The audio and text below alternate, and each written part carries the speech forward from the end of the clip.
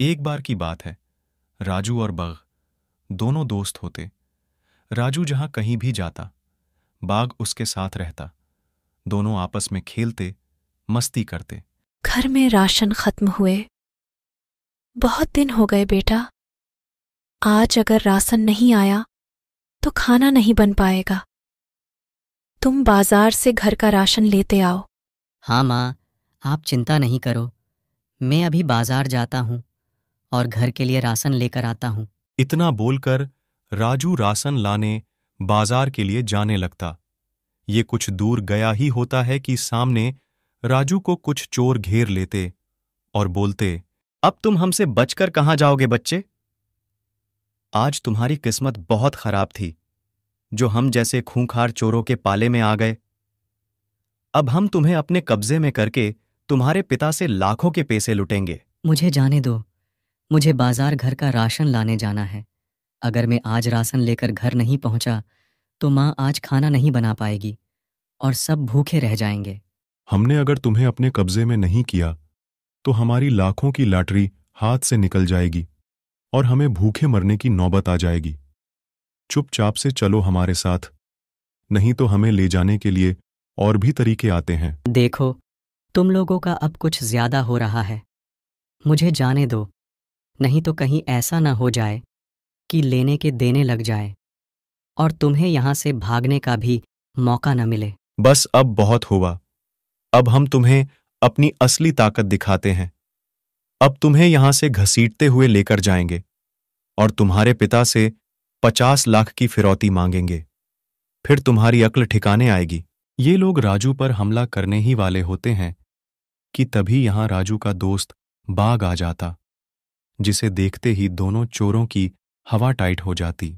भाई श्यामलाल, इस बच्चे से पंगा लेना भारी दिक्कत हो गया।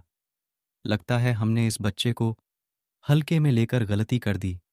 अब यहां से भागना है या इस बाघ का देसी छखना बनना है? भागने में ही भलाई है भाई, नहीं तो ये बाघ जिस तरह से हमें घूर रहा है, लग रहा है पहले हमारा लेग पीस ही खाएगा, इससे पहले कि ये हमारे शरीर का मंचूरियन बना दे। हल्के से निकल लो भाई। मैंने तुमसे पहले ही कहा था, मुझे जाने दो, नहीं तो कहीं ऐसा ना हो जाए कि तुम लोगों को लेने के देने लग जाए। ये बाघ मेरा दोस्त है। मेरे एक इशारे में तुम्हारी फिरौती अच्छे से दे देगा।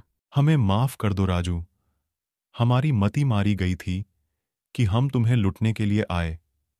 तुम कुछ भी करो, लेकिन हमें अपने इस बाघ से बचा लो। तुम उसे कुछ गलत इशारा मत कर देना, नहीं तो ये हमारी चटनी बना देगा। तुम लोगों के वजह से ना जाने कितने लोगों की मेहनत की कमाई पानी में चली जाती है, पल भर में उनसे दूर चली जाती है। उनमें से ना जाने किस किस ने वो पैसे अपनी जीवन में चल रहे मुसीबत से निकलने के लिए रखते हैं, और तुम उनके साथ ऐसा करके उन्हें और मुसीबत में डाल देते हो।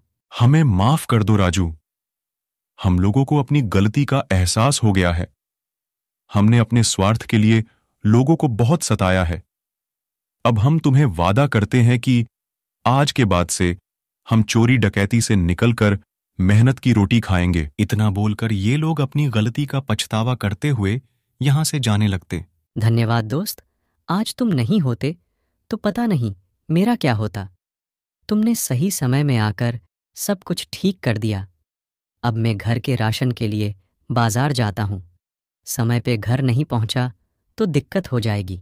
उसके बाद राजू खुश होकर बाजार के लिए जाने लगता और राशन लेकर अपनी माँ के पास पहुंच जाता। ये लो माँ, अब मुझे बहुत जोरों की भूख लगी है।